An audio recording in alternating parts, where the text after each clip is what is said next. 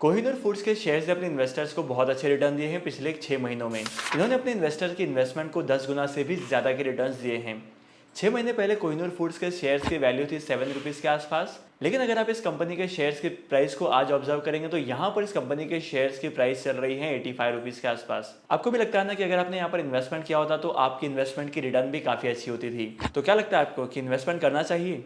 अगर आपको डिटेल में जानना है कि कोहिनूर फूड्स के शेयर्स में इन्वेस्टमेंट करना है या नहीं करना है तो इसके ऊपर मैं एक डेडिकेटेड वीडियो बहुत ही जल्दी लेकर आऊंगा जहां पर मैं आपको इस चीज़ के बारे में बताऊंगा। रिलायंस ग्रुप के चेयरमैन मुकेश अंबानी ने ये अनाउंसमेंट किया है कि रिलायंस जो है वो 4G के लैपटॉप्स को लॉन्च करने वाला है लो कॉस्ट प्राइजेस पर, और इसकी वजह से इंडियन मार्केट में बहुत ही ज़्यादा हेल्प होने वाली है स्टूडेंट्स को जो कॉलेज जाते हैं, जो स्कूल में पढ़ाई करते हैं लैपटॉप की मदद से। और इसी के साथ साथ 4G इनेबल्ड लैपटॉप इतने ज़्यादा सस्ते हो जाएंगे कि यहाँ पर बहुत सारे कंपनीज के लिए कॉम्पिटिशन भी क्रिएट हो जाएगा। अगर आपने रिलायंस के शेयर्स में इन्वेस्टमेंट किया है तो ये आपके लिए बहुत अच्छी खबर होने वाली है, क्योंकि इसकी वजह से रिलायंस के शेयर जो है फ्यूचर में काफी अच्छे रिटर्न देंगे अपने इन्वेस्टर्स को। इंडिया के प्राइम मिनिस्टर नरेंद्र मोदी जी ने 5G की सर्विसेज को लॉन्च कर दिया है 1 अक्टूबर 2022 से। और इसी के साथ साथ सबसे इंपॉर्टेंट चीज़ ये है कि आज हमारा जो 5G है वो बहुत ही सस्ता है।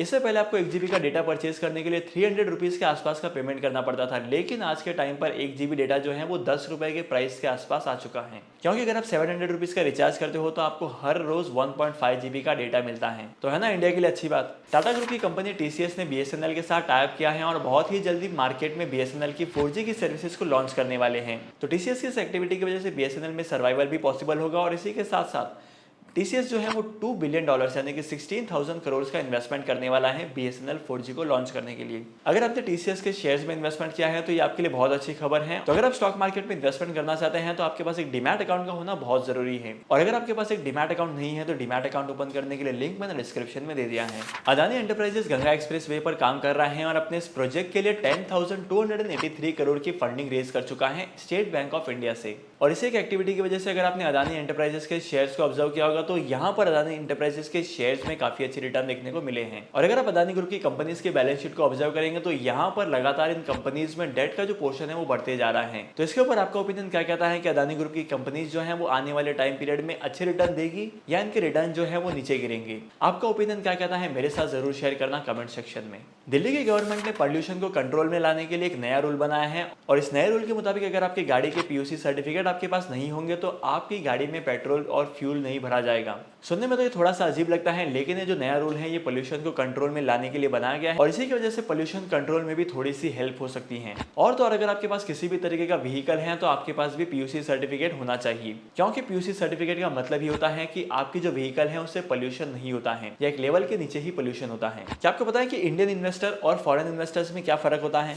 सबसे पहले बात करते हैं फॉरेन इन्वेस्टर्स की। जब भी लॉन्ग टर्म के लिए इन्वेस्टमेंट करना होता है तो ये हमेशा ही ऑब्जर्व करते हैं 8 ईयर से लेकर 10 ईयर के टाइम पीरियड को, और अगर इन्हें शॉर्ट टर्म के लिए इन्वेस्टमेंट करना होता है तो 1 साल से 3 साल के टाइम पीरियड के लिए इन्वेस्टमेंट करते हैं। लेकिन इंडियन इन्वेस्टर्स का फंडा थोड़ा सा अलग है। कैसे? इंडियन इन्वेस्टर्स लॉन्ग टर्म के लिए उन कंपनीज के शेयर्स को होल्ड करेंगे जिनमें बहुत ज्यादा लॉसेस हो रहे हैं, और इसी के अपोजिट में इंडियन इन्वेस्टर्स जो है अपने उन शेयर्स को बहुत जल्दी बेचेंगे, उन शेयर्स को शॉर्ट टर्म के लिए इन्वेस्ट करेंगे जहां पर बहुत अच्छे रिटर्न कमाने को मिलते हैं इनके इन्वेस्टमेंट करने के बाद में। तो अगर आप भी स्टॉक मार्केट में इन्वेस्टमेंट करते हैं तो आपके इन्वेस्टमेंट का पैटर्न क्या है मुझे जरूर बताना कमेंट सेक्शन में। अगर आप म्यूचुअल फंड में इन्वेस्टमेंट करते हैं तो यहाँ पर सबसे बड़ा सवाल ये आता है कि अगर आपकी म्यूचुअल फंड की SIP मिस हो जाती है या आपकी SIP जो है वो बाउंस हो जाती है तो आपके इन्वेस्टमेंट का क्या होगा, और इसी के साथ साथ यहाँ पर आपको कौन कौन से चार्जेस पे करने पड़ेंगे जानते हैं इस छोटी सी वीडियो में। तो सबसे पहली बात, अगर आपकी SIPs के जो इंस्टॉलमेंट है वो मिस हो जाती है तो यहाँ पर आपको ज्यादा चिंता करने वाली बात नहीं है। आपको यहाँ पर मैन्युअली पे करने की कोई भी जरूरत नहीं है, और इसी के साथ साथ आपकी जो SIP है वो नेक्स्ट मंथ में डिडक्ट होगी, वो भी सिर्फ 1 महीने की। लेकिन यहाँ पर चार्जेस कितने लगते हैं? तो सबसे इंपॉर्टेंट बात यह है कि जिस भी एसेट मैनेजमेंट कंपनी के साथ में आपने इन्वेस्टमेंट किया है SIP के थ्रू,